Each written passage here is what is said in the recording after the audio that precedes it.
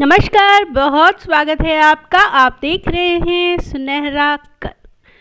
Hindi calendar के अनुसार प्रत्येक महीने के कृष्ण पक्ष की चतुर्दशी तिथि को मासिक शिवरात्रि मनाई जाती है। शास्त्रों में कहा गया है कि इस दिन व्रत करने से, भगवान शिव और माता पार्वती की पूजन व आराधना करने से व्यक्ति की हर मनोकामना पूर्ण होती है, हर मुश्किल काम आसान हो जाता है। दोस्तों, आज के इस वीडियो में हम जानेंगे कि मासिक शिवरात्रि का व्रत कब से शुरू करना चाहिए, कितने की संख्या में करनी चाहिए और इस व्रत में क्या भोग अर्पित करना चाहिए, पूजन का क्या नियम होता है, इस व्रत में क्या खाना चाहिए। इन सारे विषयों की जानकारी हम आज के इस वीडियो में लेने वाले हैं। लेकिन दोस्तों, वीडियो को हम आगे बढ़ाए इससे पहले यदि आप मेरे YouTube चैनल सुनहरा कल पर नए हैं तो प्लीज़ इस चैनल को सब्सक्राइब कर लीजिए ताकि इस तरह की जानकारी आप तक सबसे पहले मिले। और हाँ दोस्तों, यदि आपको जानकारी अच्छी लगती है तो प्लीज़ इसे लाइक और शेयर करना बिल्कुल ना भूलें। भगवान भोलेनाथ अति भोले हैं, वे बहुत जल्द ही प्रसन्न होने वाले देव माने जाते हैं। भगवान शिव को श्रद्धा भक्ति भाव से अगर आप एक लोटा जल भी अर्पित कर देते हैं तो भगवान शिव इतने में ही प्रसन्न हो जाते हैं। मासिक शिवरात्रि का व्रत बहुत ही पुण्यदायी व्रत है। शिव पुराण के अनुसार जो भी भक्त सच्चे मन से इस व्रत को करते हैं उनकी सारी इच्छाएं पूर्ण होती हैं। जिन कन्याओं के विवाह में देरी हो रही है, उन्हें अच्छे वर की तलाश है, इस व्रत को करने से अच्छे वर की प्राप्ति होती है। विवाह में आ रही सारी रुकावटें दूर हो जाती हैं। वहीं विवाहित स्त्रियों को यदि जो है वैवाहिक जीवन में परेशानी है तो भी यह व्रत करने से विवाहित स्त्रियों को सौभाग्य की प्राप्ति होती है, वैवाहिक जीवन सुखमय होता है।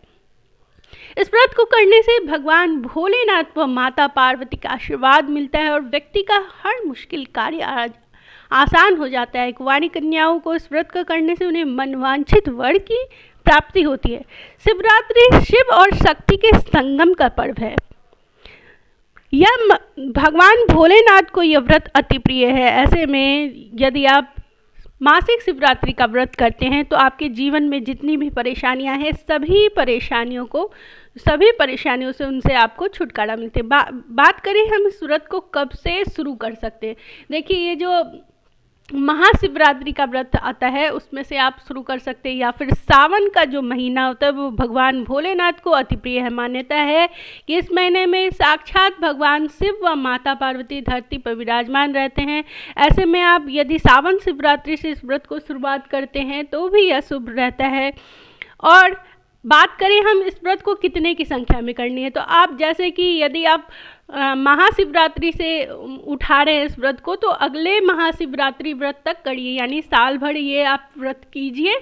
या फिर यदि आप सावन शिवरात्रि से उठा रहे हैं तो अगले सावन शिवरात्रि तक इस व्रत को कीजिए। एक साल तक इस व्रत को करना है। आप इस व्रत की शुरुआत के जो पहले दिन जब से आप व्रत उठा रहे हैं का संकल्प ले लें। हाथ में थोड़ा सा गंगा जल पुष्प अक्षत लेकर आप संकल्प कर लें। दोस्तों, किसी भी व्रत की शुरुआत के लिए जो है वो संकल्प लेना बहुत ही आवश्यक होता है। और व्रत संपूर्ण होने के बाद आप इस व्रत का उद्यापन करें। तो ये हो गई बात। अब है कि इस व्रत को जो है, इस व्रत में हम क्या खाएं। देखिए, इस व्रत में फलाहार करना बहुत शुभ रहेगा। दिन भर आप जो है पूजन आदि करके शाम में जो है आप फलाहार कर सकते हैं। अब बात करें भगवान शिव को जो फल अति प्रिय है वो है बेर और अमरूद। भगवान शिव को ये दोनों फल यदि आपको मिल जाते हैं तो अवश्य ही चढ़ाएं। भगवान शिव को जो है ये दोनों फल बेहद बेहद प्रिय है। भगवान शिव को जो है बेलपत्र अति प्रिय है। आप जब भी भगवान शिव की पूजा करें, आपको एक बेलपत्र ही मिले तो एक बेलपत्र ही सही जिसमें तीनों पत्तियां होनी चाहिए, वो भगवान शिव को अर्पित करें। भगवान बेलपत्र की जो 3 पत्तियां होती हैं वह भगवान शिव के 3 नेत्रों का प्रतीक होती हैं, यानी शिव का ही रूप है। इसलिए बेलपत्र को अति पवित्र माना गया है। कहा जाता है कि बेलपत्र का वृक्ष का दर्शन या स्पर्श भी कर लिया जाए तो पाप मुक्ति हो जाती है। दर्शनम बिल्वपत्र स्पर्शनम पाप नाशनम, अर्थात बेलपत्र के जो है दर्शन या स्पर्श मात्र कर लेने से भी हर तरह के कष्ट दूर हो जाते हैं। ध्यान देने वाली बात है कि बेलपत्र को कभी भी सोमवार के दिन, चतुर्थी, अष्टमी, नवमी, अमावस्या, चतुर्दशी, संक्रांति आदि तिथियों में नहीं तोड़ना चाहिए। आप एक दिन पूर्व ही तोड़ के रख लें, क्योंकि बेलपत्र जो है वो बासी नहीं माना जाता है। ऐसे में आप भगवान को बेलपत्र अर्पित करें। भगवान शिव को बेलपत्र चढ़ाने से पहले यदि आप उनमें चंदन या अष्टगंध से श्री राम लिख देते हैं तो जीवन में आपकी चल रही सभी परेशानियां दूर होती है। अब हम पूजन विधि क्या होगा, किस प्रकार से पूजन करना है।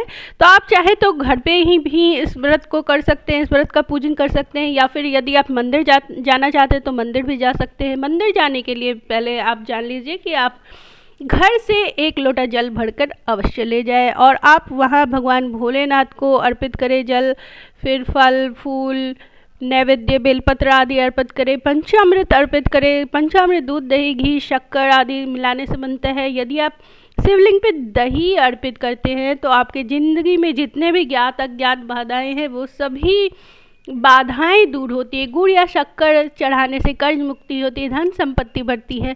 दूध भगवान भोलेनाथ को अर्पित करने से जो उनके कंठ में विष का प्रभाव है वो कम होता है और हमें मानसिक शांति मिलती है।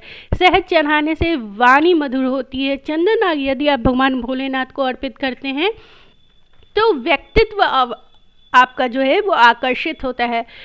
केला फल में केला भी अवश्य चढ़ाए, इससे सभी परेशानियां दूर होती है। पंचामृत जो है वो चढ़ाने से हर तरह की समस्याओं से जो है वो छुटकारा मिलता है।